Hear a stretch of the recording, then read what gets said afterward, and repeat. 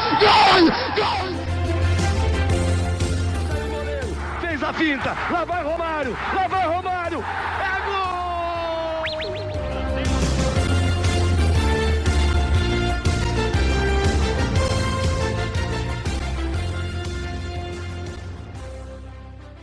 Olá, você! Seja bem-vindo mais uma vez a um Conticast, ao podcast do Conte Verde, o projeto, o podcast, tudo onde você acompanha sobre o caminho para a Copa do Mundo. Começou as eliminatórias para a Copa do Mundo, por isso se você está acompanhando, a gente já viu que a gente soltou o podcast ontem do Jogo do Brasil, agora a gente está aqui para falar sobre as eliminatórias da Sul-Americana como um todo. Eu sou Gabriel Salaf e convido você a nos seguir nas redes sociais, se você está chegando agora, Twitter, Instagram e TikTok também, @ConteVerde_. E também lembrando para você se inscrever aqui no agregador de podcast que você escuta esse podcast, favoritar, né, deixar sua avaliação, compartilhar com seus amigos, interagir com a gente solta umas enquetes, umas perguntas. É muito legal quando vocês participam com a gente dessa forma. Então, fica aí o convite, seja bem-vindo. Esse é o podcast do Conte Verde, o caminho para a Copa do Mundo. E agora, literalmente, caminhando para a Copa do Mundo. Começou o caminho para a Copa do Mundo, né? Estamos já com eliminatórias rolando e começou justamente, como falamos, o nosso continente, com presença do Conte Verde no primeiro jogo do mundo de eliminatórias, né? Poderia ser na Ásia, poderia ser em qualquer lugar. Foi justamente na Cidade Leste e a gente aproveitou para estar lá, cobrir esse jogo, trazer. Se você ainda não conferiu, dá uma olhada no nosso Instagram, no nosso TikTok. Tem vários materiais muito legais que a gente fez do jogo entre Paraguai e Peru, que abriu essa eliminatória para a Copa do Mundo de 2026. E se tudo der certo, no futuro estaremos no último jogo também de eliminatória, né? Vamos ver aonde será, quem será. E a gente está aqui para isso, para acompanhar quem vão ser as 45 seleções classificadas para a Copa do Mundo. Lembramos, já tem 3 definidas, né? Canadá, Estados Unidos e México, e também algumas já pré-definidas, como é o caso aqui da América do Sul, que a gente vai falar daqui a pouco. Ao meu lado está aqui um homem, o senhor Sudamérica, o senhor Sudarca aqui do Conte Verde, Vinícius do Prado, Dudu Nobre. Dudu, satisfação estar aqui com você de novo. Eu acho que a gente errou muita coisa na nossa projeção que a gente fez no Conticast 12. Seja bem-vindo. Fala, Salaf, ouvintes e internautas do Conte Verde. Prazer estar aqui de novo para a gente seguir nesse caminho até a terra do Tio Sam e também dos mexicanos e canadenses. Cara, eu acho que do que a gente falou, uma questão acabou me decepcionando um pouquinho, né? Que a gente vai comentar. Mas, no geral, acredito que foi mais ou menos aquilo que a gente tinha traçado. É claro que na questão do Equador, por exemplo, eles vão ter que correr um pouquinho atrás da questão da pontuação. Mas, em geral, as equipes que a gente viu aqui, foi mais ou menos o que a gente comentou e o que eu esperava. Uma aí que ficou devendo um pouco. Até suspeito, quem ouviu o Conticast 12 tenho certeza que sabe quem a gente acha que a gente está devendo. Mas a gente vai comentar de qualquer forma, né? Acho que não é só o Dudu que tem essa visão, essa opinião.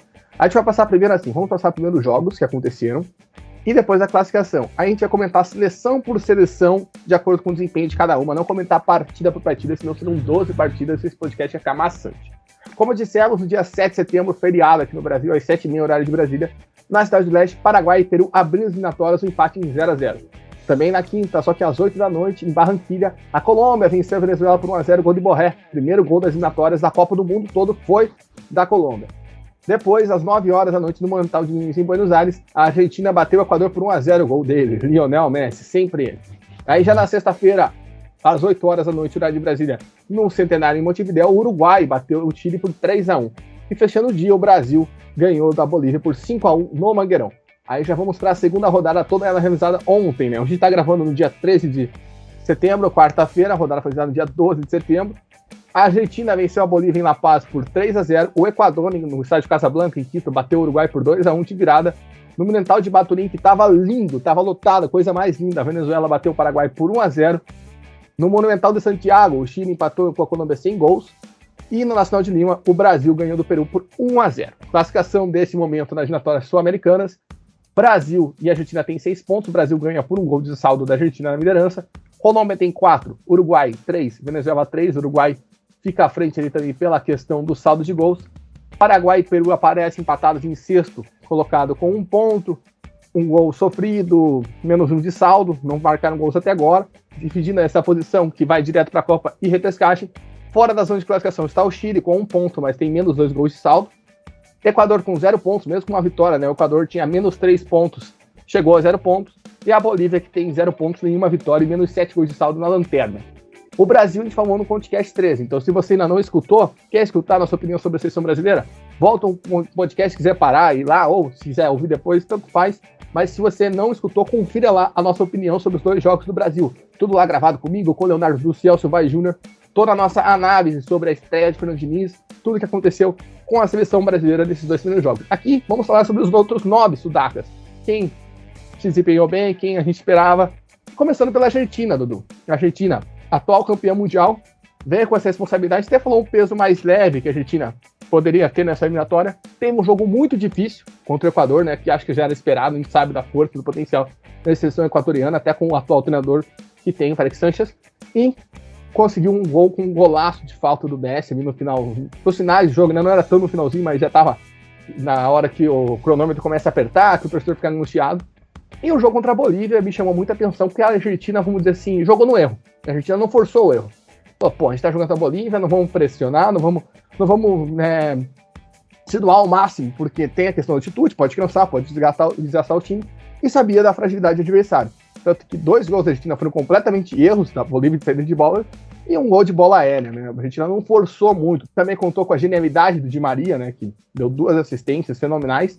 Enfim, como que você viu aí a estreia dos atuais campeões do mundo nas eliminatórias, que já estão lá na liderança junto com o Brasil. Essa aqui a gente imagina que só estão disputando por protocolo as eliminatórias. Bom, é mais ou menos naquela linha que a gente já tinha traçado de Brasil e Argentina se desvencilhando dos demais na classificação. A gente já vê logo na primeira rodada que foram as 2 únicas equipes que venceram os 2 jogos respectivos, né? No caso da Argentina, a gente vê um time que, claro, a gente tinha comentado a respeito da renovação, que acredito que vai acontecer, mas no momento o time ainda é o campeão do mundo, se entende muito bem nesse sentido, né? Tem atletas ainda que podem, mesmo com um pouco mais de idade, se doar mais em campo. Então a gente vê uma Argentina bem coesa, bem com um entendimento de futebol bem semelhante ao que já vinha apresentando na Copa com o Scaloni. De fato, o jogo contra o Equador, né, teve o seu grau de dificuldade até pelo futebol apresentado, né, pela equipe lá do Equador, né, e contra a Bolívia, né, acredito que não teve problemas, porque a Bolívia, mesmo jogando em casa, assim, não ofereceu quase nenhum risco ao jogo da Argentina.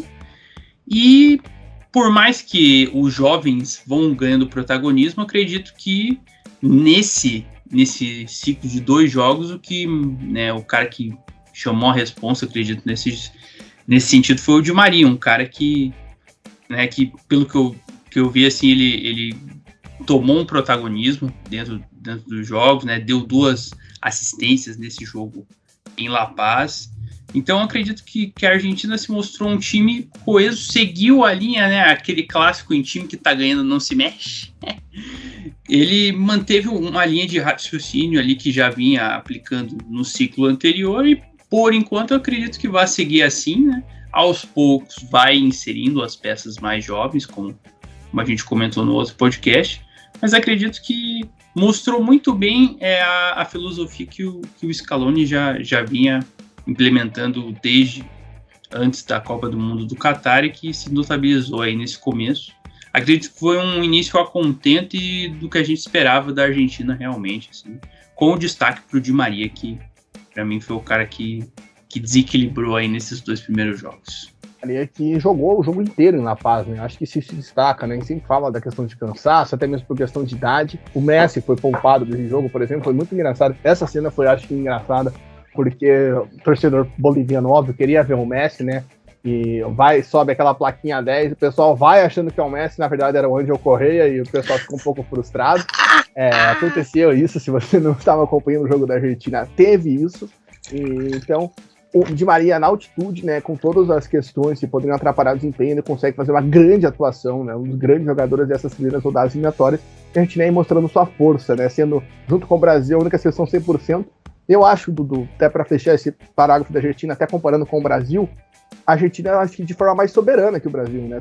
O Brasil a Argentina teve a questão do jogo com o jogador mais truncado, que foi que o Brasil encarou com o Peru, mas parecia que em algum momento você sabia que a Argentina ia tirar um coelho da cartola. O Brasil não, a gente estava meio conformado que o jogo ia acabar 0-0, o Brasil achou aquela bola com o Marquinhos, ou seja, acho que a Argentina se impôs mais contra seus adversários que o Brasil, mesmo que tenha sido, não vamos dizer assim, o mesmo tipo de jogo que o Brasil fez contra a Bolívia no Mangueirão, óbvio. Tem esse de La Paz, também esse ponto que eu falei da Argentina se propor mais o jogo, a Argentina com um a mais também, né, durante todo o segundo tempo contra a Bolívia, mas acho que comparado ao Brasil, dessas seleções que estão 100% de aproveitamento, foi uma seleção mais dominante nas suas partidas, não sei se você concorda. Concordo, até pela segurança, né, dos atletas, assim, né, a gente sabe que a gente tem que lembrar, embora, né, acredito que o jogo contra a Bolívia, no caso do Brasil, foi muito bom, né, mas o Brasil está vindo numa transição de treinador, então é uma transição de filosofia, uma transição de intensidade, às vezes, nos treinos, peças que podem estar sendo trocadas, né, então isso é claro que, embora muitos jogadores vão ser convocados do outro ciclo, se conheçam, no caso da Argentina, você já sabe como funciona, a espinha dorsal que foi campeã do mundo se mantém, o treinador já sabe de quem pode extrair, né? Então essa questão, por exemplo, de poupar o Messi, já sabendo que um jogo de uma altitude, né, o time não está desesperado, foi até bom para a Argentina já pegar esse jogo difícil no começo, né? Então o time não está desesperado pela questão de pontos, então aqui pode poupar, aqui pode trazer um outro jogador, ou aqui pode ir com força máxima. Eu acredito que essa soberania da Argentina no jogo se dá muito pela manutenção do trabalho do Scaloni e por essa base que foi construída, que acredito que seja fundamental, porque aí você já sabe o que você pode extrair dos teus atletas, e aí isso pode ser um trunfo aí foi um trunfo, na verdade, para a Argentina nesses 2 primeiros jogos. Perfeito, vamos passar agora para a seleção que no momento se encontra na terceira colocação, que é a seleção da Colômbia. A Colômbia que estreou ganhando a Venezuela 1-0, um jogo também difícil, mas que a Colômbia ficou mais com a bola, né? Teve mais domínio do jogo, né? Teve mais ações. Eu acho que você pode falar mais que eu, porque eu estava saindo do estádio na hora do jogo, então não consegui assistir muita coisa, vi os resumos depois. E no jogo contra o Chile, foi um jogo muito fraco. Eu me desapontei muito com a Colômbia nesse segundo jogo. Eu esperava uma Colômbia mais ofensiva, até pela questão da fragilidade que o Chile tem, né? Que ficaram nítidas assim para mim nos 2 jogos. E a Colômbia não soube aproveitar, né? Também falta de ambição ofensiva. Teve uma hora que o atacante lá, o reserva que entrou no lugar do Borré, esqueci o nome dele lá. Que joga Sinisterra. A bola ficou na frente dele, ele não chutou pro gol, cara. Ele na pequena área, ele virou pro lado, ele tentou fazer sabe Deus o quê. Ali foi o momento que eu fiquei realmente chateado. Eu vejo muita dependência dessa seleção da Colômbia no Luiz Dias, que a gente até tinha comentado isso semana passada, né?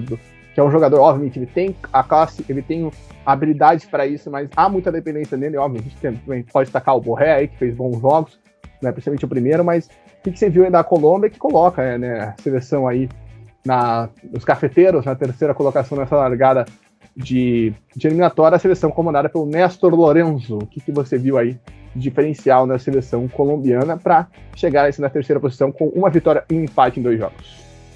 Bom, acredito que o principal ponto foi algo que eu trouxe no primeiro podcast a respeito da nossa expectativa contra a Colômbia, que dada essa situação de não ser um elenco tão jovem, com aquela característica que a gente já tinha falado do futebol colombiano de um jogo de explosão, o Néstor Lorenzo teria que achar um jeito de jogar que a equipe valorizasse a posse de bola. E você muito bem falou na tua fala inicial, que no jogo contra a Venezuela, a Colômbia se notabilizou justamente por esse domínio da posse de bola. Então você já vê que o Néstor Lorenzo também entendeu esse recado. Ele soube trabalhar nesse elenco no sentido de ser um jogo mais cadenciado, né? Agora você tem, por exemplo, um James Rodrigues, que é um cara que é um meio-campo clássico. Ele vai ajudar nessa questão da distribuição. O Luiz Dias, concordo com você, acredito que foi a referência do time, então ele pode também ajudar nessa questão de, às vezes, fazer uma parede, né? Fazer uma aproximação com alguém que venha nas laterais. Mas a gente vê que realmente essa Colômbia, cara de ciclo 2026, vai ter essa característica de um jogo mais de posse de bola, não tanto esticado nesse sentido. Acredito que nos 2 jogos a equipe teve dificuldades, né? Mesmo com a vitória para cima da Venezuela por 1-0, não foi um jogo assim, nossa, que domínio, que amasso da Colômbia.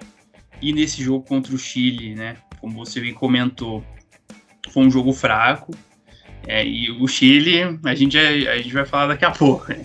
Mas a Colômbia, dada a vitória, né, dada a vitória contra a Venezuela, se ela vai para esse jogo e também ganhava e se igualaria ali a Brasil e a Argentina, naquela disputa que a gente falou lá no começo, de talvez pegar uma última vaga direta, né, para tentar fugir da repescagem, você sair com 6 pontos seria muito interessante para a Colômbia nesse cenário, que era um cenário acessível, dado que, na minha opinião, o jogo mais difícil ela conseguiu ganhar.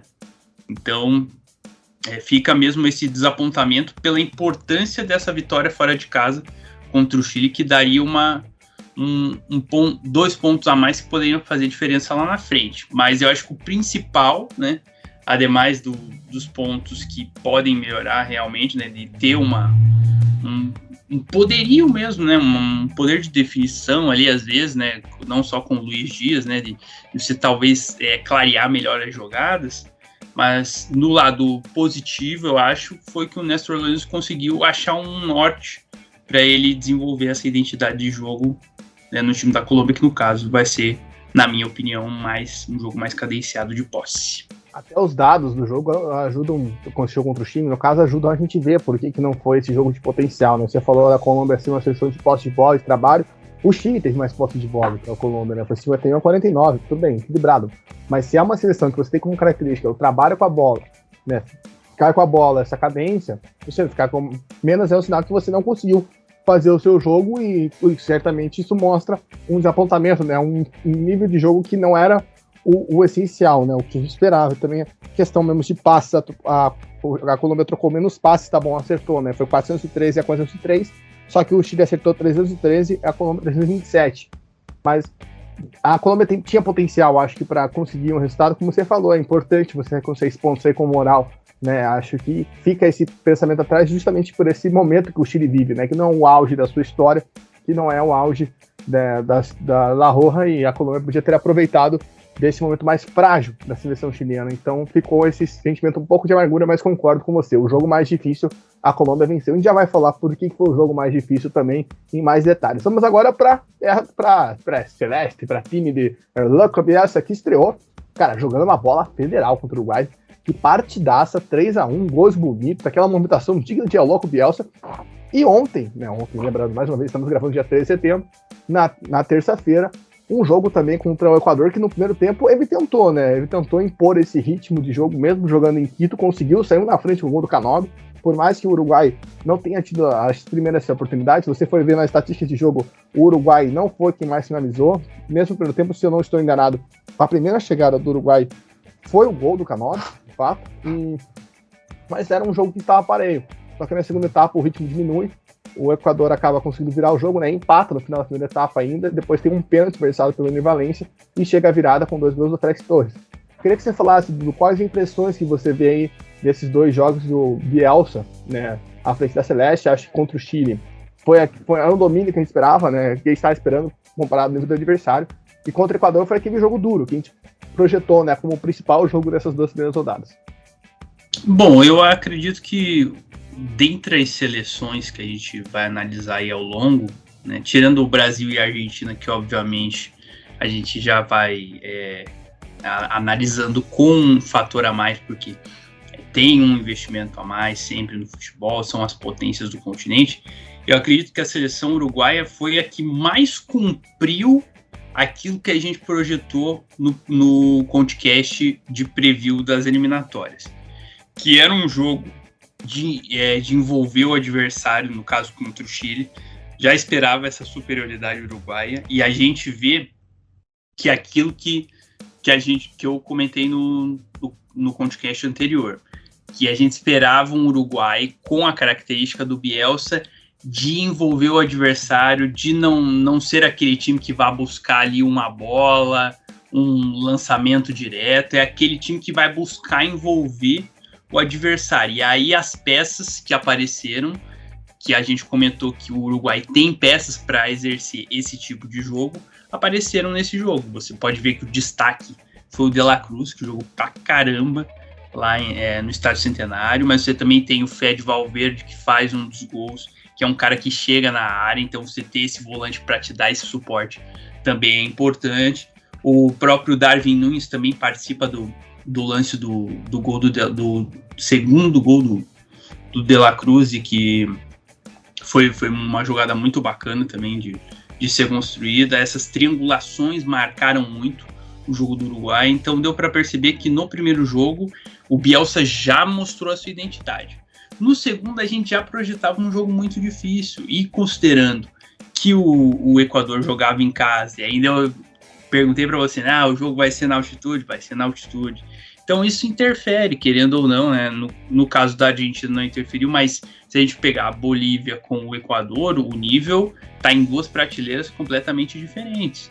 Então a gente já sabia que ia ser uma dificuldade, né? Como você falou, foi um jogo que teve momentos, então assim, eu acredito que o Uruguai sai dessas duas rodadas, apesar da derrota, com um cenário muito positivo, para ser ali, né, acredito que uma das quatro forças ali, né, abaixo de Brasil e Argentina, mas brigando aí com o Equador, como a gente tinha falado, para ser a terceira ou a quarta força. E lembrando, né, que tem a questão da pontuação do Equador, que esses pontos que o Equador vai ter que correr atrás possam fazer a diferença nesse sentido. Então, acredito que o Uruguai, para fazer o resumo, de todas as seleções aí, fora Brasil e Argentina, acredito que foi a que mais cumpriu as expectativas que a gente tinha traçado no podcast antes dos jogos acontecerem. Você falou do Valverde, foi até o jogador que eu senti muito a presença dele durante o jogo ontem, né? Com essa intensidade que o Bielsa propôs, né? De não ficar esperando o Equador, até pela forma que o Félix Sánchez arma seus times, né? Que ele conseguiu.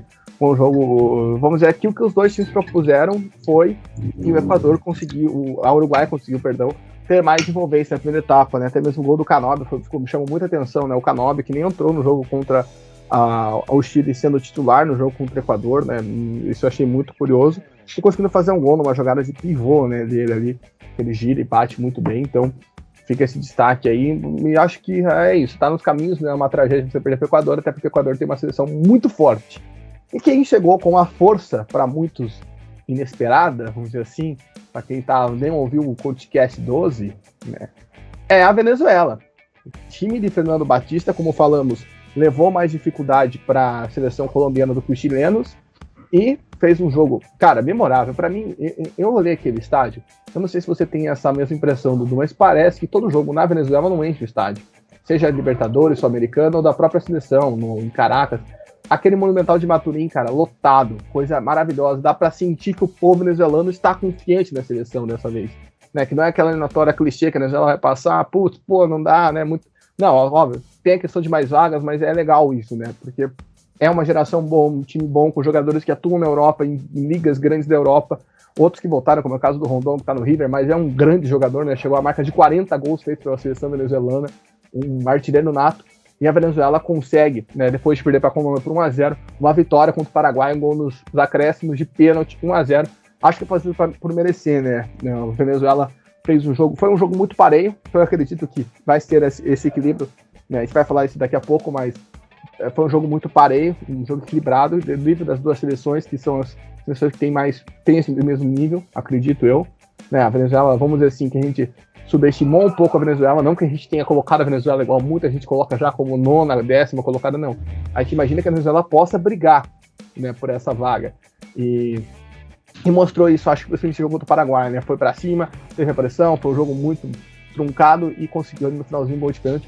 E chama atenção, né? Essa confiança do povo venezuelano, junto com talvez esse trabalho do Fernando Batista, que foi algo que a gente até comentou, né, no outro podcast, que ele, por exemplo, nas entrevistas que ele deu, nos trabalhos que ele fazia, né, fora de data FIFA, né, por exemplo, de juntar os jogadores para treinar, para trabalhar, para criar essa cultura dentro do time venezuelano, surte resultado, como um jogo que você comentou bem, um jogo complicado contra a Colômbia, e agora uma vitória contra o Paraguai, que por um momento coloca a Venezuela numa 5ª colocação, dando vaga direto para a Copa, que sei lá, eu não consigo me lembrar de um cenário da Venezuela assim, tipo, quase que seja começo, seja 2 jogos, a Venezuela está na zona de classificação direta para a Copa, e se fosse eliminatória antiga, estaria na zona de repescagem, né, acho que, e jogando um bom futebol, que eu acho que isso que mais importa, né, não parou ali por acaso com uma bola, um chuveirinho na área, aos 47 segundos do tempo, foi pro gol, não.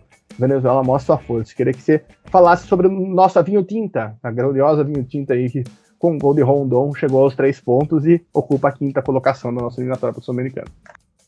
Bom, no outro podcast, eu lembro que a gente comentou que a Venezuela tinha potencial para brigar por uma das vagas de repescagem, e eu bati bastante na tecla da questão da mentalidade, que isso pode ser, né, algo que pode ser muito positivo ou muito negativo, mas no caso da Venezuela eu acho que ainda continuo afirmando que vai ser determinante para como a equipe vai terminar essas eliminatórias. Então, nesses primeiros 2 jogos, acredito que no aspecto mental eles saem muito bem, porque, como a gente comentou, foi um jogo muito equilibrado com a Colômbia, fora de casa, e mesmo com a derrota, e aí é que era o ponto perigoso, porque aí você perde um jogo que você joga bem fora de casa, como que seria o jogo em casa? Você tem que dar a resposta. Então, se a Venezuela não ganhar esse jogo, talvez poderia desmoronar esse planejamento. Então, essa vitória foi fundamental. Apesar de, né, a gente acompanhando os lances na questão de número de chances, o Paraguai até ter criado um pouco mais, na questão de efetividade, a Venezuela foi mais efetiva. Quando chegou, levou bem mais perigo, né? Teve o gol anulado e também aí teve o pênalti convertido pelo Rondon. Então eu acredito que o principal ponto positivo da Venezuela nessa primeira perna aí de 2 jogos é que ela conseguiu ter a força mental para reagir após a derrota, mesmo jogando bem. Então acredito que essa pontuação foi fundamental, e eu também achei muito legal de ver os estádios cheios. Toda vez que a gente vê jogo da Libertadores na Venezuela, a gente vê aquele estádio que é arquibancada verde, que acho que é do Caracas, que aí, pô, tem lá uns gatos pingados lá na Barra Brava, e o resto, assim, vazio, né? Daí, geralmente, o narrador fala assim, não, mas é porque na Venezuela o esporte número 1 é o beisebol. É clichê. Toda vez isso acontece, né, cara? Então eu achei também muito legal, deu pra ver, assim, que tava bem cheio. E é nesses casos, assim, em que a Venezuela tá buscando uma afirmação, não tem como, cara. Os resultados vão acabar ditando essa questão da média de público. Então você pode ter certeza que na próxima data FIFA, com certeza o jogo na Venezuela vai estar cheio porque o time conseguiu ganhar um jogo. Então os resultados vão acabar ditando isso, assim. Mas como eu falei, o principal é que já mostrou deu uma amostra desse poder de reação que bate na tecla. Como ainda tem muitos jogos pela frente, eu acredito que vai ser o determinante para a gente saber o caminho da seleção Vinotinto rumo à América do Norte. Perfeito. O próximo jogo da Venezuela em casa, né? Próxima rodada enfrenta o Brasil em Cuiabá. E o próximo jogo vai ser contra o Chile. É mais um duelo ali daquelas seleções que a gente projetou juntas, né? De duelos mais diretos.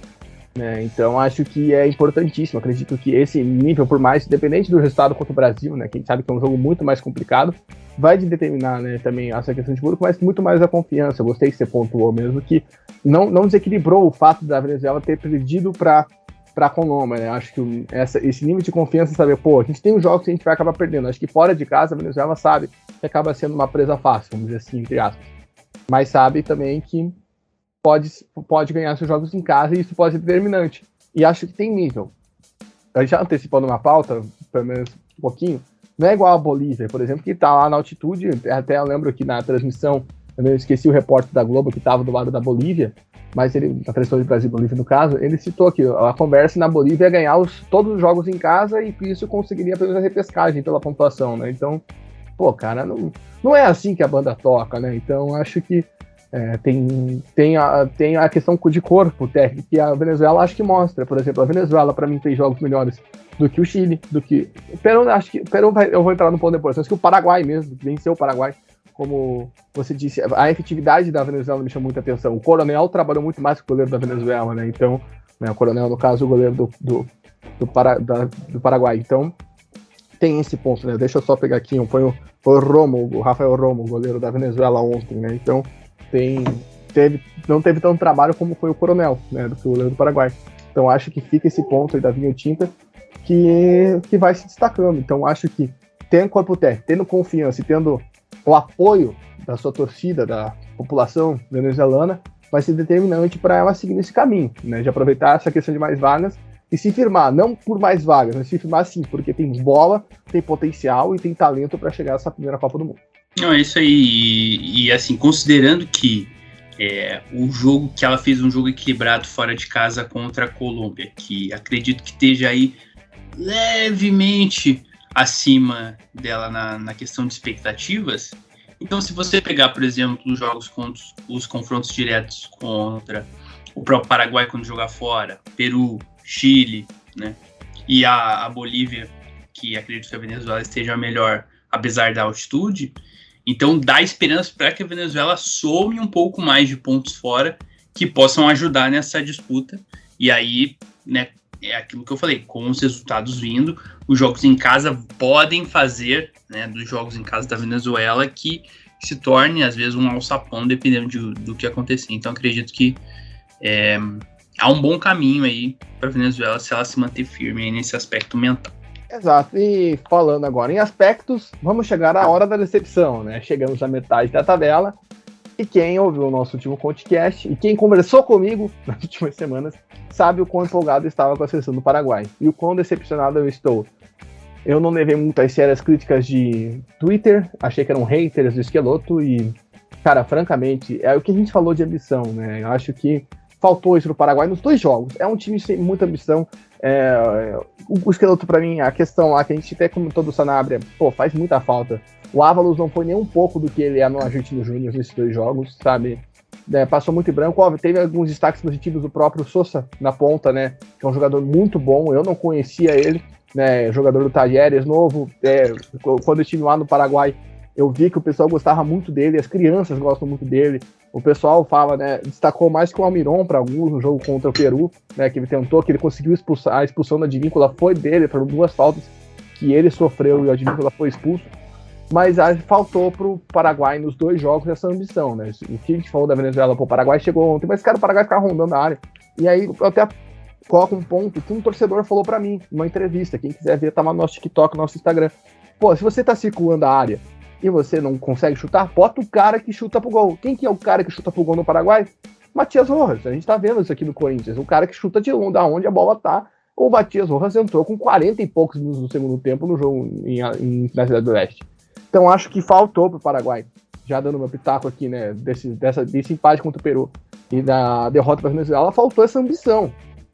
O time chegava na frente, não tinha muito o que fazer com a bola, ficava tentando a inversão de lados. O Elcio fez um vídeo, inclusive, sobre algum comportamento da seleção paraguaia, sobre como os pontas atuam juntos, né, o Sosa e o Almiron, e essa questão de um sempre tentar olhar para o outro, um sempre tentar trazer essa bola, mas não tinha essa penetração. O Ávalos, no jogo contra o Peru, travava muitas jogadas, também no jogo contra o Peru teve o Ganese que estava num dia inspiradaço, mas acho que o Paraguai falta essa ambição, falta para os pilotos essa ambição. Ontem ele mexeu no time muito mal, colocou o Pires fez um monte de burrada, tirou o Almiron, para mim não se tira um jogador como o Almiron, não colocou o Rojas, que eu acho que era um jogo para ele, ele até chegou a fazer umas alterações no time, né, entrou o Ortiz, né, começou jogando, o Ortiz não tinha começado o jogo anterior, mas acho que falta isso no Paraguai, falta essa ambição. O Paraguai era uma seleção que facilmente podia estar com 6 pontos, não seria um absurdo a gente estar falando aqui do Paraguai com 6 pontos, até pelo que foram os jogos, contra o Peru dominou, contra a Venezuela foi um jogo equilibrado, qualquer uma das 2 seleções poderia ser com a vitória, faltou ambição,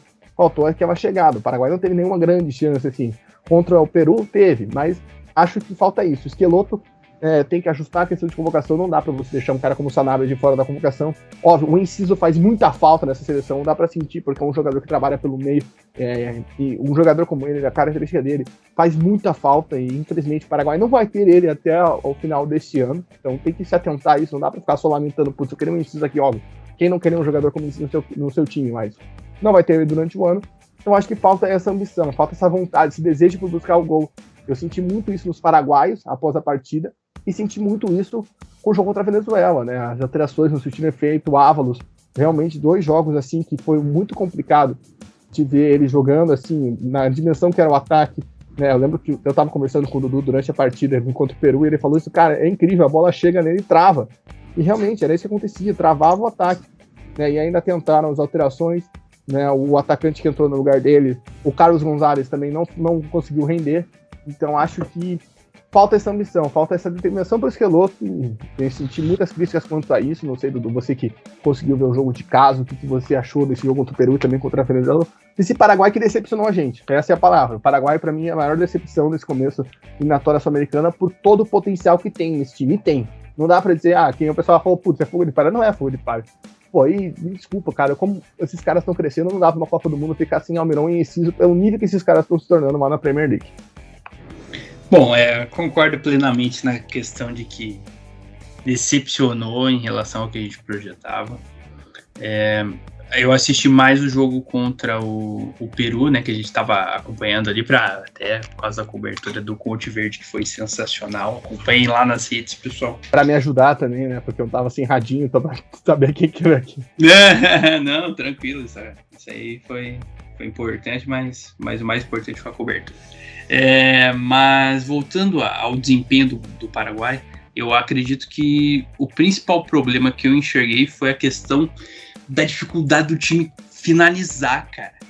Os caras, como você comentou bem, Salaf, eles rodavam demais a bola, cara.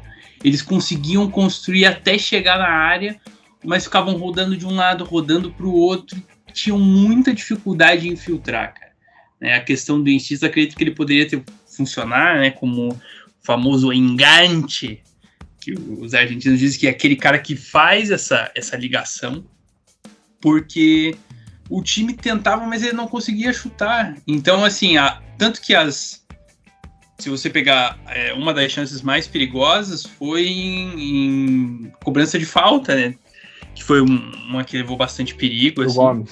O Gomes que joga com o Messi, não o Gomes do Palmeiras. E então, assim, eu senti principalmente essa dificuldade. Além disso, o Ávalos realmente foi bem complicado. A bola parava assim, ele travava todas as jogadas ofensivas do time. Então não tem como sustentá-lo mais na titularidade. O Schelotto vai ter que arranjar algum jeito. E um outro ponto que eu notei vendo os lances do jogo da Venezuela foi um aspecto defensivo também, hein? Porque se você olhar o gol anulado da Venezuela, um dos jogadores de referência ali gira com facilidade para fazer o cruzamento, a bola dá um kick assim, e na dividida o jogador venezuelano ganha muito fácil da Pires, foi o Pires que perdeu pro Herrera nessa hora. Então, assim, esses pontos, aí se você não consegue ter efetividade na frente, tem esses problemas defensivos pontuais que podem atrapalhar. Aí vai entrar nas questões dos desfalques. Então, assim, foi um combo de coisas que aconteceu que fez com que o Paraguai tivesse duas atuações decepcionantes nesse sentido, de que poderia entregar mais, né? Como eu comentei no outro programa, é natural que aconteçam oscilações, mas o sinal está amarelo para que o Schelotto mude um pouco esse esquema para encontrar uma maneira de fazer com que o time jogue, talvez fazer uma companhia maior ali para o Sosa na ponta, para que eles possam chegar pelo lado e tentar rolar para alguém, sabe? Tentar abrir o time adversário de uma outra forma e ter um pouco mais de faro ali para quando surgir uma oportunidade de finalizar. Você citou muito bem o Rojas, que é um cara como era o Bruno César antigamente, chuta, né? Então, você tem que ter esse tipo de situação. Quando você vê que não tá dando certo infiltrar pelo meio de um jeito normal, tem que bater no gol. Então, assim, são muitos pontos pro Schelotto arrumar. Como a gente tinha comentado também no outro programa, é uma oportunidade para que ele também, junto com o Paraguai, façam essa remontada dentro das próprias perspectivas, né? Então é um cara que também precisa se provar como treinador. Então tá na hora de mexer ali a cartola para ver se sai alguma magia aí. Como você falou, as peças existem, agora tem que fazer jogar. Pois é, eu tenho muito receio porque o Paraguai vai pegar a Argentina na próxima rodada no Montado Nunes, então é um jogo muito pesado, não seria espanto nenhum o Paraguai perder, então acredito que na quarta rodada vai chegar uma pressão danada na Cidade do Leste, vai ser novamente na Cidade do Leste, jogo contra a Bolívia, ou seja, vai ser essa próxima data FIFA do Paraguai promete nesse aspecto do crescimento de tensão, né, porque a torcida ficou na bronca com o Esqueloto, né, então ele tem que se provar, realmente. Acho que as decisões dele em campo, principalmente no jogo contra a Venezuela, foram muito ruins nas alterações, né? De você tirar o Miron, não botar o Rojas, enfim. Não fechei mal. O Pires mesmo que entrou, foi uma tragédia. Ele que sofreu essa trombada aí. Né? A dupla de zaga do Paraguai é boa. Eu acho que eu tinha um pouco de receio contra a Balbuena e Gomes, mas eles se provaram bons jogadores. Assim, o problema é o entorno da área. Né? Até mesmo o Vila Sante fez jogos bons. Tanto que ele tá na seleção da Conmebol da rodada da data FIFA. Na nossa não, mas ele foi lembrado lá, mas fica esse ponto aí, né, de destaque. Acho que vamos ver como vai chegar o Paraguai, né, acho que esse jogo contra a Argentina a gente vai falar, depois vai ter um podcast, né, de pré-rodada, né, da data FIFA de outubro, mas vai ser muito tensa essa data FIFA pro Paraguai. E agora vamos passar pro Peru, né, a gente falou do Paraguai, vamos falar de quem eu também vi na Cidade do Leste, seleção peruana, em que a gente não tinha tanta certeza dela, né, Dudu? Mas eu acho que nesses dois jogos, tanto quanto o Paraguai, tanto quanto o Brasil, mostrou uma coisa que a gente talvez não esperava, que é esse lado defensivo muito forte do Peru. Que acho que pode ser uma grande arma, né, nessa geração que não se renovou na frente com quem ainda tem Guerreiro, tem o Yotun para bater, Yotun mais defensivo, mas tem o Yotun para bater recorde. Enfim, tem um Carilho que é grande esperança de puxar jogadores de velocidade, né, que acabou tendo que ali no jogo contra o Paraguai ter esse esquema mais ofensivo ser sacrificado por conta da expulsão da Advíncula, mas o Peru mostrou uma força defensiva no jogo do Paraguai com um a menos, né, porque no primeiro tempo o Paraguai chegou mais, criou mais, no segundo tempo não. Bloqueou. E o Brasil também teve muita dificuldade, né, a gente comentou isso, você lembrando aqui novamente, o podcast 13 sobre o Brasil, o Elcio faz uma boa análise sobre essa questão defensiva do Peru, né, de não ficar no último terço do campo esperando como fez a Bolívia, vamos dizer assim, porque daí você dá o meio de campo pro Brasil. O Peru tirou o meio de campo do Brasil, né? Que é a grande arma. Você tira a flutuação do Neymar, você obriga o Brasil a ir pelas pontas e nem sempre a habilidade dos pontas sobressai. Então o Peru acho que mostrou uma arma muito grande para ser um gladiador aí, digamos assim, dessa sexta vaga ou vaga na repescagem.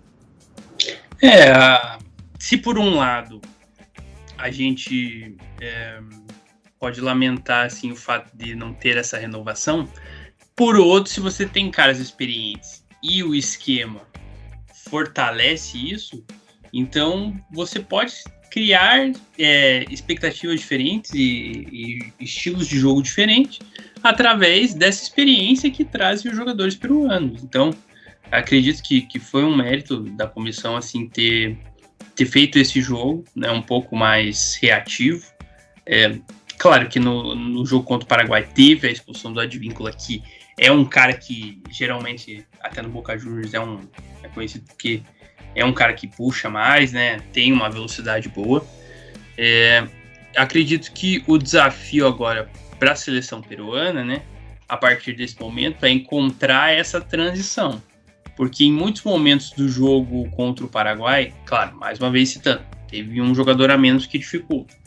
Mas eu senti assim que a partir do momento que a seleção peruana recuperava a bola, tinha muita dificuldade em fazer ela chegar para o Guerreiro. Ele conseguiu criar uma chance, mas foi assim, um chute de fora que ele conseguiu arranjar uma bola e meteu lá na trave, no travessão. Mas tá faltando essa transição para a seleção peruana. Então, esse é o desafio para os próximos ciclos, aí ver como que vai se fazer isso. Se vai ser por um arranque pelas pontas, como você falou, o Carilho pode ser um cara que faça isso, ou se talvez ter umas peças no meio campo que consigam prender um pouco mais a bola, esperar a galera sair um pouco mais, mas acredito que o mérito na parte defensiva e personalizado ainda mais na figura do Galiese, que fez 2 jogos sensacionais, né? Contra o Paraguai teve umas 2 bolas lá que a gente só foi ver no replay que ele tirou. Então, assim, muito boa atuação do Galeazzi, né? Apesar da derrota do Peru, mas foi num lance pontual, né? Acredito que a defesa também se comportou bem. O desafio agora é tentar arranjar um jeito dessa bola chegar ao Guerreiro, porque nos jogos diretos, se você municiar um cara como o Paulo, ele vai guardar pelo menos uma.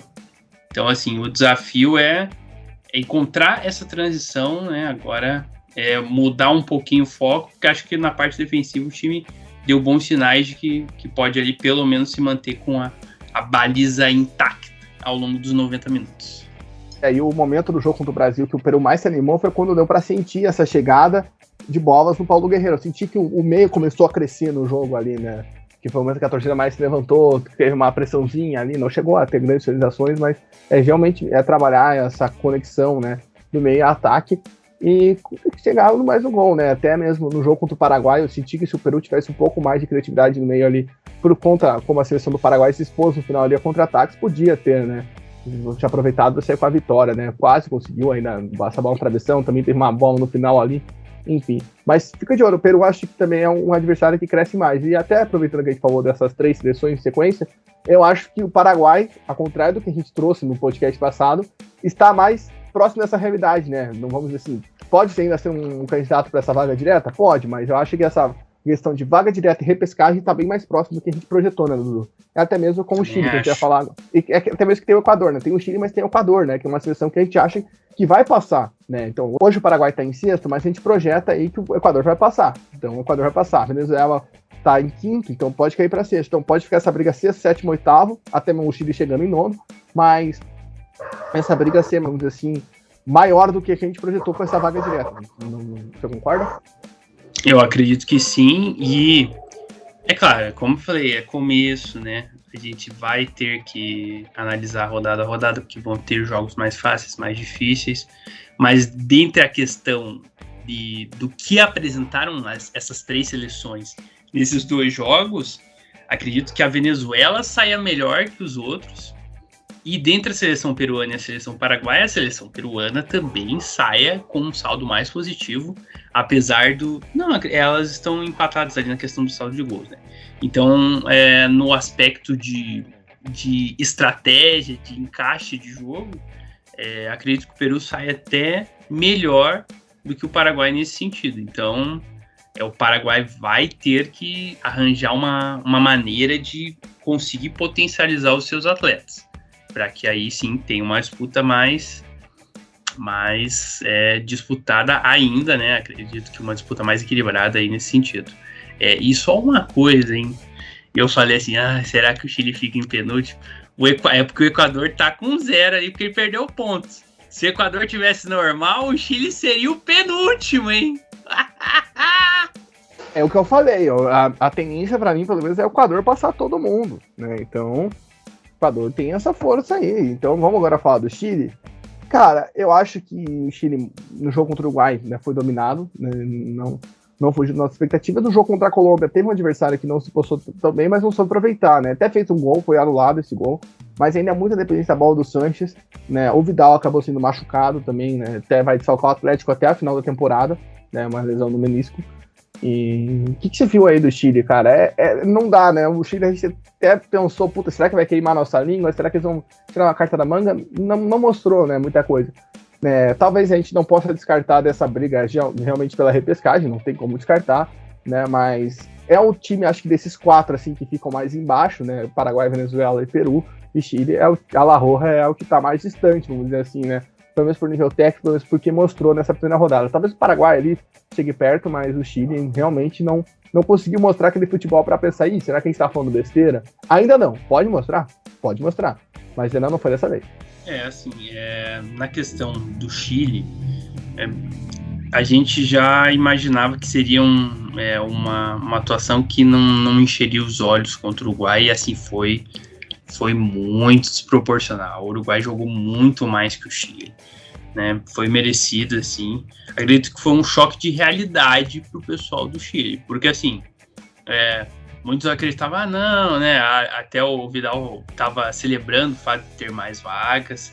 Só que assim, por exemplo, se você pegar um Chile e Colômbia em casa, né? Se você vai naquela pretensão do Chile dos últimos anos, Colômbia vai ser o nosso adversário direto ali, se fosse em outros anos, para brigar por uma 5ª posição, por exemplo, ou uma 4ª posição. Nesse caso, a gente já viu que foi um jogo bem difícil, assim, como você colocou, assim, não foi um jogo vistoso, não foi um jogo de imposição, assim, que alguma das equipes tenha se sobressaído mesmo, sabe? Foi um jogo mais fraco. Então, eu acredito que essas 2 rodadas dão bem o raio-x do que o Chile tem de pretensão para essas eliminatórias. Não dá para descartar, obviamente, da disputa tanto pela última vaga direta quanto da repescagem, mas vai ter que correr muito atrás e vai ter que arranjar um jeito de sair dessa Sanches dependência. E agora com essa lesão do Vidal, que é uma das referências, assim, pode ser... Aí você pode olhar com o copo meio cheio ou meio vazio. Por um lado, é a perda de um cara, de uma referência, né? Que vai obrigar o Berizzo a buscar dentro do seu plantel ou dos jogadores chilenos que atuam aí, que podem ser convocados, alguma peça nova. Talvez você ter que ser obrigado a trazer alguém no lugar do Vidal possa dar uma remexida e possa ser um ponto de partida para um recomeço. Mas assim, o Chile vai ter que correr muito atrás. É aquela assim, se o Venezuela, a seleção peruana, Paraguai estão ali correndo uns 800 metros, né, para tentar se condicionar, o Chile já vai ser um 1.600, um 3 km, tá um pouco atrás, vai ter que arranjar um jeito de fazer essa renovação, esse estilo, nem que seja na marra, porque senão realmente a tendência é que ocupe ali a penúltima posição. Pois é, vamos ver como o Eduardo Berizzo, nosso grande treinador chileno, vai se comportar aí ao longo, né, das sequências eliminatórias. É um desafio muito grande, né, até por essa pressão que você tem com o Larora para conseguir, né, voltar a uma Copa do Mundo, né? Eu já vi muita gente questionando nas redes sociais, pô, a gente não quer voltar para a Copa do Mundo se não cede, né, apenas por ser sede da próxima Copa, caso 2030 seja, né, a candidatura de Chile, Argentina, Uruguai e Paraguai. Inclusive, uma questão que eu não comentei aqui, que foi muito trabalhada nas entradas de som, né, da Cidade do Leste. Inclusive, não vi uma justificativa oficial, mas eu acredito que foi por isso que o jogo foi na Cidade do Leste, para valorizar os outros estádios do Paraguai, já que a Cidade do Leste é um dos campos que essa organização aponta como, né, possíveis sedes da Copa do Mundo de 2030. Então, a torcedor chileno não quer voltar para a Copa do Mundo só por ser sede, quer voltar no campo, e fica essa pendência, né, porque o time realmente é muito fraco, não mostrou a potencial assim, para a gente falar e comparar com os outros. E falando numa seleção que talvez esteja num lugar onde não deveria estar, está o Equador, né, por erros do passado, digamos assim, né, era para estar em outra posição, até pelo futebol jogado, né? Fez aquela proposta que a gente até esperava do Félix Sanches, que é um jogo mais recuado, esperando a Argentina, né? Mordeu muito a Argentina, foi um jogo muito complicado, né? Tanto que a Argentina ganhou no gol de falta do Messi. E o jogo contra o Uruguai, né? Tem uma reação muito boa, né? Consegue, né, ter grande chance. O segundo tempo foi muito bom do Equador. O Ener Valencia perde um pênalti, né? Podia ter virado, podia ter saído antes. Mas o Equador mostra a força. Eu acho que ficou essa dúvida, principalmente em relação da troca de treinador, né? Do que se tinha pontuado no último podcast, que, pô, será que vai quebrar o ritmo? Será que vai acontecer alguma coisa com a seleção equatoriana? Não. O Equador mostra a força da mesma forma, mostra o potencial, até aquilo que a gente saiu empolgado após a Copa do Mundo, digamos assim, né? Por mais que tenha sido uma eliminação na primeira fase, que foi um pouco frustrante, mas mostra esse potencial para ser uma das seleções mais fortes do continente. E tem um cara, um moleque, o Kevin Paz, que é aquilo, cara, 16 anos, mas jogando absurdo. O Kevin é um jogador sem medo. A gente estava falando de ambição do Paraguai, é um cara que vai lá, tenta dar caneta, tenta fazer o quê? Deu uma assistência primorosa pro gol do Equador, né? Que tudo bem, o Rocher poderia ter saído na bola, né? O Rocher poderia ter agido de outra forma, mas o Kevin Paz é um grande jogador e tem só 16 anos, cara. É um desses caras pra gente ficar de olho no continente, né? Tem muita gente falando do jogador lá da Espanha, que me fugiu o nome agora, que estreou agora com 16 anos, mas olho no Kevin Paz, né? Já fez gol com 15 anos no campeonato equatoriano e agora estreia na seleção equatoriana, sem sentir o peso, que eu acho que é fundamental.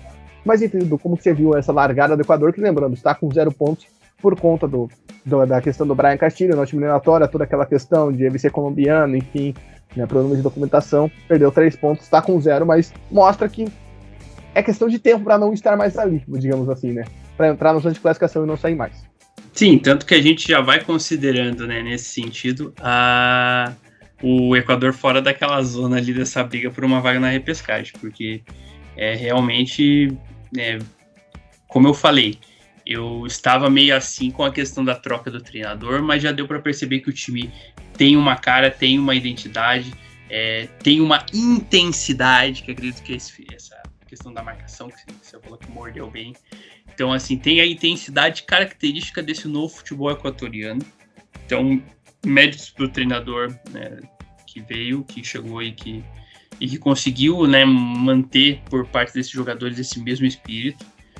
Acredito que foi o que a gente já esperava. A Argentina é um jogo já mais complicado em relação ao, né, por conta do título, né, da soberania que a Argentina vem exercendo nos últimos anos, mas mesmo assim foi um jogo com boas valências do Equador, e contra o Uruguai, no confronto direto, no confronto esperado que a gente achava, o time conseguiu a vitória e jogando bem. Teve realmente, né, na verdade, só corrigindo, Kendry Páez, que, né, como nos informa aqui a internet, é um jogador do Independiente Del Valle. Uma das forças que a gente comentou aí que estão fazendo esse motor do futebol equatoriano se desenvolver ainda mais. Ele é um jogador que está fazendo a diferença. Outro jogador que eu gostei bastante, que pelo lado esquerdo caiu muito bem, foi o Stupinhan, que foi uma peça importante ali. O lado esquerdo do Equador acabou sendo uma padamina ali nessa questão da virada para cima do Uruguai. Então, acredito que foi uma rodada assim, importante para o Equador, mesmo com essa mudança, se posicionar bem como um postulante ou a terceira ou a quarta vaga. Acredito que essa vai ser a disputa com o próprio Uruguai nesse sentido. Então, foi um bom começo aí da seleção equatoriana. Então, acredito que possa vir uma sequência boa. Tá só de passagem ali no nono lugar, vai brigar pela terceira ou quarta posição. Exato, logo a gente vê como que vai chegar o Equador, como chega, porque acredito que tem muita coisa aí para evoluir, né? Essa questão de pontuação é uma geração muito boa. E agora vamos para a última colocada, que a gente projetava que ia ser a última, que também pegou uma tabelinha que ajudou bastante isso, né? Que foi a Bolívia, acabou sendo goleada pelo Brasil, acabou sendo goleada pela Argentina, mas o que me impressiona é o fato da fraqueza, vamos dizer assim, né? Porque é uma seleção que, primeiro ponto, bate muito. A gente não tá acostumado a ver a Bolívia, né? A gente viu no começo do jogo contra o Brasil, também o jogo contra a Argentina, ficou com um a menos logo no primeiro tempo, né? Não era o que se esperava da seleção boliviana. A questão, que nem eu falei no começo, da Argentina jogar no erro da Bolívia, né? A Argentina não forçar o jogo chama muita atenção, né? A gente já tinha citado as fragilidades, né? A Bolívia perdeu pro Panamá em casa, né? Então, antes dessa rodada FIFA, e até mesmo, não só o Pago Pato dessa tabela, né, traiçoeira, digamos assim, né, logo de cara pegar Brasil e Argentina, mas o Gustavo Costas também ficou com um pato, porque no final do jogo ontem já tinham os bolivianos protestando contra ele no cargo, né, a insatisfação da torcida, né, porque, óbvio, você tá chegando aí a marca de 30 anos fora de uma Copa do Mundo, muito provavelmente você vai brigar para ir para uma próxima, né? A Bolívia, desde aquela eliminatória de 94, não ganha fora de casa, por exemplo. As vitórias são todas na fase, que a Bolívia conquistou nesse tempo. Então, fica uma insatisfação. E agora, vendo claramente que você é a pior seleção desse continente, né? A Venezuela fica para frente, você passa a Bolívia, dessa vez, acredito que mais de vez, na última vitória, até a Bolívia ficou na frente. Mas, enfim, como você viu aí a estreia da Bolívia, que comprovou, né? Vamos dizer assim, esse fato de ser a menos competitiva até então. Óbvio, pegou dois adversários difíceis, mas não mostrou em nenhum momento, vamos dizer assim, tendo faro para brigar por mais. E comparado, a gente vai ver nas próximas rodadas, mas é muito difícil imaginar a Bolívia batendo de frente, até mesmo com qualquer seleção atualmente do continente, fora de casa principalmente, né? Então, descontando La Paz, por exemplo. Concordo plenamente. É difícil, cara. Não apresentou, assim, alguma característica que fizesse, assim, a gente encher os olhos, como outras seleções que a gente comentou aqui ao longo do programa. E além dessa questão de ter pego uma tabela difícil, mas ainda assim apresentou alguns erros, principalmente nesse jogo contra a Argentina, e aí não é só do Gustavo Costa, não, erros individuais, você pontuou quando a gente falou da Argentina, erros individuais, assim, clamorosos, que resultaram em lances perigosos para o time argentino. Então, quando você, assim como a gente falou da questão da Venezuela, no aspecto positivo, aqui da Bolívia a gente fala no aspecto negativo, que é a questão mental. Quando você já está há muito tempo nessa de não conseguir esse objetivo de chegar a uma Copa do Mundo, a tabela já não ajuda nesse começo, já pega adversários difíceis, o time jogando em La Paz, a sua fortaleza por conta da altitude, não consegue se impor ou pelo menos criar chances de perigo. A Bolívia, cara, não criou uma chance assim, o nosso Dibu Martínez, cara, não sujou o avental, como diria o nosso Silvio Luiz. Então, são várias coisas, e aí os resultados não vêm. E aí já se cria, como você falou, esse movimento contrário ao Gustavo Costa. Mas o cara, sabe, não teve ainda esse tempo para maturar um pouco o jogo. Então, são vários fatores que vão se acavalando, e quando você tem essa questão mental, que é problemática de Bolívia e Venezuela em anos anteriores, e que a Venezuela agora aparentemente está conseguindo encontrar uma saída contra isso. Só que a Bolívia já tem esse início ruim, a tendência é o time não conseguir ir dando respostas e se afundando aí nessa questão da classificação. Só queria que você passasse, Salaf, a agenda da Bolívia para as próximas rodadas aí, para a gente saber mais ou menos o que ela vai encarar aí. Bom, um jogo é contra o Paraguai, né? Em Cidade del Este, né? Aí o jogo só em casa daí que a gente precisava ver. É contra o Equador. Vai jogar contra o Equador no dia 12 de outubro. E esse ano ele ainda enfrenta o Peru em casa e o Uruguai fora. Puxa, então você já tem duas seleções. Você pega o Equador em casa, que é uma seleção que mostra qualidade. Fora de casa... Já joga na altitude. Tem detalhe, o Equador é o fator altitude anula. Não tem esse problema. Faz a preparação em Quito, já era, né? Você tem um jogo contra o Paraguai que, como a gente comentou na parte do Paraguai, vai vir provavelmente também com a corda no pescoço. Você pega um Uruguai fora de casa. Então, assim, vai ter que buscar alguma coisa homérica aí. Mas acredito que, pelo andar natural da carruagem que vem se encaminhando ao longo dessas duas rodadas e dos anos, a Bolívia já sairia muito enfraquecida mentalmente para buscar alguma coisa. Então, assim, nós só estamos com 2 rodadas realizadas das eliminatórias, mas para a Bolívia, esses próximos 4 jogos é ou vai ou racha, porque o aspecto mental pode desempenhar uma coisa muito positiva, no caso da Venezuela que a gente citou, ou no caso da Bolívia, por enquanto ainda muito negativo para buscar alguma reação.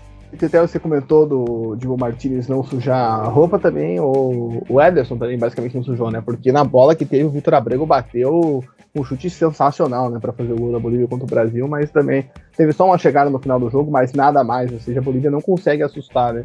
Então fica aí, vamos ver como que a Bolívia virá. O jogo contra o Equador, né, pra gente ter uma noção também, e pro jogo contra o Paraguai. Talvez estaremos lá, hein? Fica aí a dúvida no ar, fique ligado nas redes sociais do Conte Verde.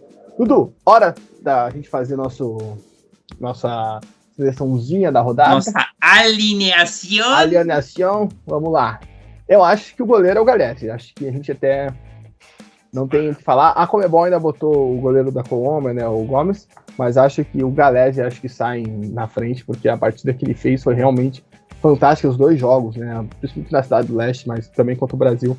Foi um fator determinante até para o Brasil ter conquistado a vitória no final. Eu falei Gomes, corta, é Camilo Vargas o nome do goleiro da Colômbia, não sei de onde tirem Gomes, peço perdão aos ouvintes.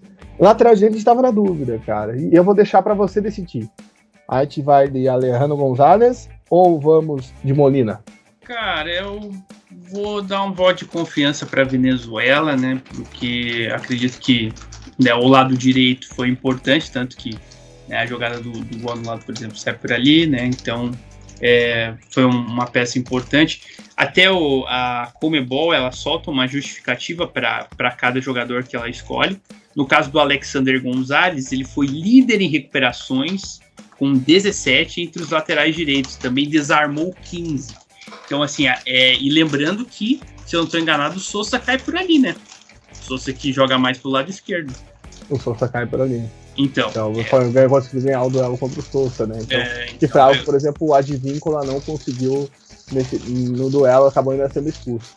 Isso. Nossa defesa, eu acho que não tem comparação com o Félix Torres. E ali a gente ficou na dúvida, né? De quem botar, acho que a gente vai seguir a Conmebol, né? Na dupla da zaga, botar o Félix Torres e o Romero, né, Dudu?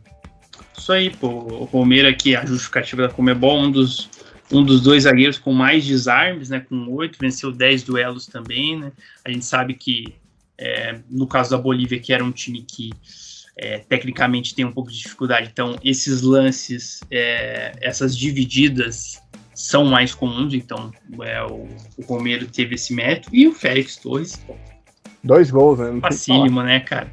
Não, e ainda um pelo alto e outro por baixo. Então ele mostra qualidades diferentes. Versatilidade. Então... E também sobre o Romero não dá pra deixar nem azar que não tomou gol de fora, né? Tem esse ponto, né? Sim, também. A gente não tomou nenhum gol nesses 2 jogos. E na lateral esquerda, acho que a gente vai contrariar a Conmebol, né? Que a Conmebol botou o Tagliafico, a gente vai de Estupiñán, né? Porque o Estupiñán realmente é um baita de um lateral esquerdo. Chega com uma ofensividade muito grande e fez um jogo defensivo também contra a Argentina muito bom, né?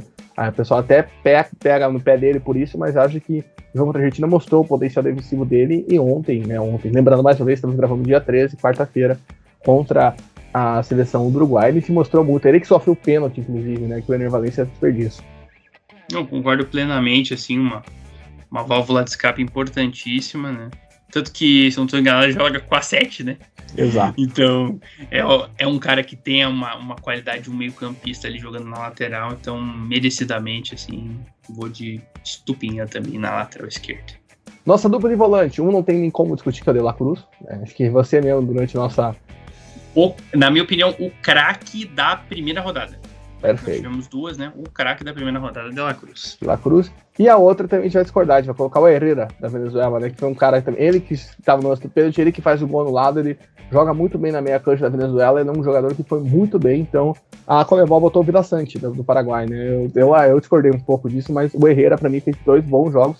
Aqui também caberia o Bruno Guimarães, né? Porque o Bruno Guimarães também fez 2 excelentes partidas, né? A gente trouxe isso no podcast da seleção brasileira, em 14 tentativas de passe no último terço do campo, ele acertou 14, né? Então é surreal o nível de atuação do Bruno Guimarães. Antes a gente ia ficar com a Herrera, mas fica essa menção mais que honrosa ao Bruno Guimarães, né? Que fez grandes jogos pela seleção brasileira. Maravilha, até para premiar também essa questão da Venezuela, né? Porque o setor de meio campo também é importante nesse sentido de você ter um equilíbrio, né, entre os setores. Então, também naquela questão do equilíbrio mental, você ter um equilíbrio ali no meio campo, um cara que faça a diferença. Então, justíssimo a escolha do Herrera, na minha opinião. 10, Neymar. Pra mim, o Neymar, eu coloco o Neymar como craque, acho que dessa primeira rodada, dessa primeira data FIFA, acho que ele foi muito bem no jogo contra a Bolívia, até mesmo ontem no jogo contra o Peru, deu assistência pro gol, talvez tenha sentido um pouco a marcação, mas não deixou na seleção em nenhum momento, acho que foi um jogador excepcional, acho que dentro da falta de ritmo que ele tinha, inclusive, né, a gente até discutiu isso em alguns podcasts aqui, Neymar foi muito bem, acho que ele ganha essa 10 aí, ele também tá na seleção da Conmebol com méritos, o Ney, ele ganha essa vaga na nossa seleção das primeiras rodadas. Não sei se quer falar algo sobre o Ney do Novo. Neymar, quando toca de primeira pro Brasil abrir o placar, quem não lembra dessa aí. Neymar. Não, mas acredito que justíssimo também, né, porque a marca que ele alcança, né, também com os gols marcados lá na Bolívia, contra a Bolívia, então acredito que seja um prêmio importante ali para ele, né, tanto na Conte Verde quanto no Conmebol estar na seleção, porque agora ele vai ter um desafio bem grande nessa questão da parte física, né, porque jogando no mundo árabe, claro, vai ter mais jogadores agora de qualidade lá também, mas eu acredito que ele deu um bom primeiro passo, então agora esperamos que ele mantenha, né, uma consciência da importância de se jogar na seleção brasileira, de ser um cara referência dentro da seleção brasileira, e que ele, mesmo estando nesse cenário esquisito do futebol árabe, que ele consiga se manter fisicamente bem aí para os desafios que a seleção exige. Fechando aqui o nosso trio de ataque, já concordar em 2 com a Conmebol, a gente vai tirar o Messi. Eu acho que todo respeito ao Messi, o Messi jogou só um jogo, né? Então. Sim, concordo. Não dá pra colocar o Messi na seleção, não estamos desdenhando do Messi, claro que não. Mas Rodrigo e Di Maria, acho que o Di Maria a gente já falou muito sobre ele, o Rodrigo a gente falou muito sobre ele no podcast do Brasil. E o nosso 9, para fechar o ataque, né, que a gente discorda da Conmebol, que é pouco o Messi, é o Borré. Né? O Borré acho que foi quem fez o gol, porque vamos lembrar aqui, Richarlison, né, a gente comentou isso no podcast do Brasil, Ávalos, Marcelo Moreno, Sanches não é 10, né, na seleção chilena, não é 9, perdão. Ele joga de tudo, inclusive joga com a 10. O próprio Darwin Núñez, por mais que tenha aparecido, não conseguiu deixar o dele. O Rondon até marca o gol, mas é de pênalti. Né? E eu acho que o Borré, ele faz o gol, né, de cabeça, é o primeiro das eliminatórias e ganha esse destaque. Né? Eu acho que não foi tão bem contra o Chile, mas no jogo contra a Venezuela ele até aparece bem, fora da área, trabalhando as jogadas, ali junto com o Luis Dias, acho que ganha esse destaque, né, Dudu? Com certeza, só porque atacante vive de gol, então você fez o primeiro gol das eliminatórias mundiais. Então, mérito para ele aí, acho que é interessante ele estar na lista, até porque, como você falou, o Messi não jogou o jogo contra a Bolívia, então acredito que não faz sentido nesse momento. Não é que o Messi é ruim de bola, acabou, nada disso. É que para esse ponto específico, acho que não vale mesmo. E aí nós temos o Rodrigo também, que ajudou muito o Brasil, né, principalmente no jogo contra a Bolívia, e o Di Maria, que, como eu falei, se na minha opinião, né, se na primeira rodada, para mim, o De La Cruz foi o grande destaque, na segunda rodada, Di Maria foi o cara assim, que se destacou dentre as partidas, então foi muito importante para esse jogo da Argentina para dar essa confiança. Então acredito que estamos bem servidos também na parte ofensiva. E aí a gente não colocou nessa off, mas quem que será que seria o treinador, cara? Eu vou fazer essa pergunta para você agora. Eu vou queimar minha língua, então, cara, e eu vou falar que foi o treinador do Equador, cara. Porque eu estava com desconfianças e ele mandou bem. Pode ser também, acho que o Fernando Batista também é um nome, mas acho que eu vou no Félix também, até porque foram 2 jogos muito bons da seleção equatoriana, né? Contra a Argentina fora, mas principalmente a virada, né, contra o Uruguai em casa. Então vamos lá, vamos bater aqui o martelo para você gravar na cabeça, ficar certinho aí. Na papeleta, Sauaf. Na papeleta, para você gravar na pedra. Vamos lá, Galese, nosso goleiro, Gonzalez na direita, na defesa a gente tem Romero e o Félix Torres, na esquerda a gente tem Estupiñán, volantes são De La Cruz e Herrera, Neymar, Rodrigo, Di Maria e Borré. E no técnico é o Félix Sanches. Então tá aí a nossa seleção da primeira e segunda rodada, no caso, das eliminatórias da Conmebol. Veremos como serão as terceira e quarta, veremos como chegaremos aqui daqui a um mês, né, Dudu? A gente tá gravando isso aqui dia 13 de setembro, dia 12 de outubro, a bola rola. Com as bênçãos de Nossa Senhora Aparecida. Exatamente. Então é isso, pessoal. Agradecemos você que ficou aqui até o final desse nosso resumo, nosso review dessa primeira rodada. Lembrando você para seguir a gente nas redes sociais, Twitter, Instagram e TikTok, @ConteVerde_. Siga a gente lá, que a gente tem todos os materiais que a gente gravou no Paraguai estão lá, e as novidades aí, tem muita coisa para sair, materiais que o Juninho tá produzindo, que o Léo tá produzindo, eu tô produzindo, vai ter muita coisa legal aí pros próximos dias. E também siga a gente aqui no seu agregador de podcast favorito, não esqueça de dar 5 estrelas se você usa aquele verdinho, compartilhar com seus amigos, deixar sua interação, né, é muito legal sua interação na nossa caixinha de perguntas, na enquete, e com a gente aí nesse caminho rumo à América do Norte. Tá certo, meu caro Vinícius Prado, ou Dudu Nobre? Uma satisfação te receber aqui mais uma vez no podcast. Valeu, Sauaf. Agradeço aos ouvintes que estiveram com a gente aí nesse programa.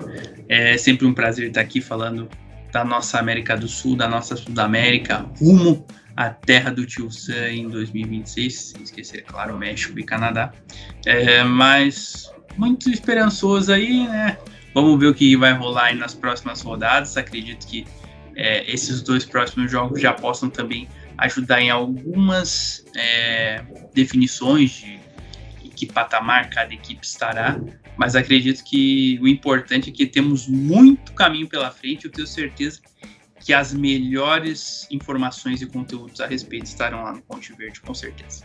Um abraço a todos. Valeu, meu caro, e é isso. Então a gente fica o convite para você acompanhar. Vai sair mais podcast sobre essa data FIFA. Se for o segundo, vai ter mais um aí, fique ligado.